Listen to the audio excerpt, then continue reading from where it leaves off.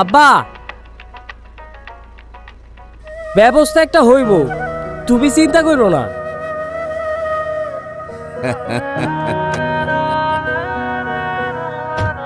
আসসালামু আলাইকুম ওস্তাদ। ওয়ালাইকুম আসসালাম। কিরে হাসান, কি হয়েছে তোর? ছোট বোনের বিয়ে ঠিক হয়েছে, কোরবানি ঈদের পর শুক্রবার বিয়া। এটা তো খুশির খবর। করিম ভাই, চা দাও। হ্যাঁ ওস্তাদ, গত মাসের কিস্তিতে ফোটন কিনলাম, অহন আবার বইনের বিয়া, কতগুলান খরচ। কোরবানি দেওয়ানের নিয়তে আব্বা যে গরুটারে এতদিন ধরে পালছে, টাকা যদি ব্যবস্থা না হয় সেই গরুটারে বেচে দিতে হবে। ওস্তাদ, সেই চিন্তায় আমার মাথায় আকাশ ভেঙে পড়তেছে। চিন্তার কিছু নাই হাসান মিয়া, দৈরানে তোর সমস্যার সমাধান হয়ে গেছে। কি কন ওস্তাদ? আরে ফোটন গাড়ি মানেই তো বেশি ইনকাম। আমার আছে, আমি জানি, ধারা দেখতেছি। নাসির ভাই আসো কেমন? অন্য গাড়ির থেকে ফোটন গাড়িতে বেশি গরু লোড দিতে পারবা, বুঝছ? নে, ব্যবস্থা করে দিলাম।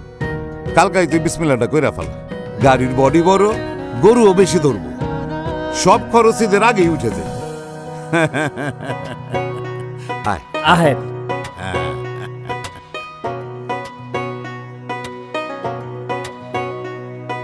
ফোটনের চাকা ঘরে আসায় একটি গাড়িতে শত জীবন হাসে।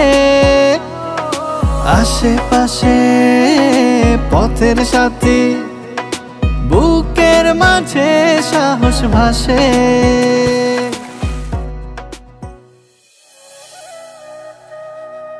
আর তো মাত্র কয়দিন, তারপর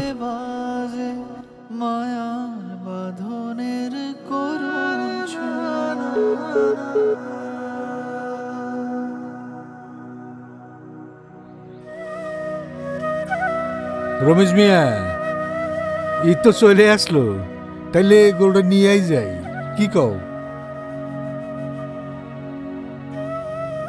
হ্যাঁ, গরু বিক্রি ছাড়া আর তো কোনো উপায় দেখি না। ওই যা, দইটা খুল। ভাই, আসার সময় মোবাইল পড়ে গেছিল, বাড়িতে একটা জরুরি ফোন করা দরকার, আপনার ফোনটা একটু দেওয়া যাবে? আব্বা, আর গরু ব্যস্ত হইব না, সব ব্যবস্থা হয়ে গেছে, আমি কাল ভোরেই বাড়ি আইতেছি। আর গরু ব্যস্ত হইব না? আর গরু বেচা লাগবে না। আব্বা, আমি তাহলে কুরবানি দিতে পারো? পারুম রে মা, পারু।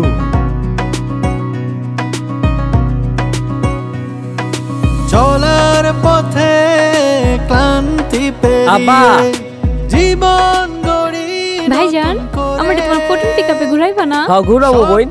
খোঁজে সুখের ছায়া, দিন বদলে আশার রেশ।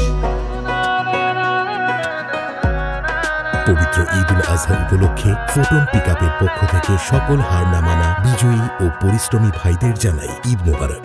সমৃদ্ধির পথে এগিয়ে চলি একসাথে।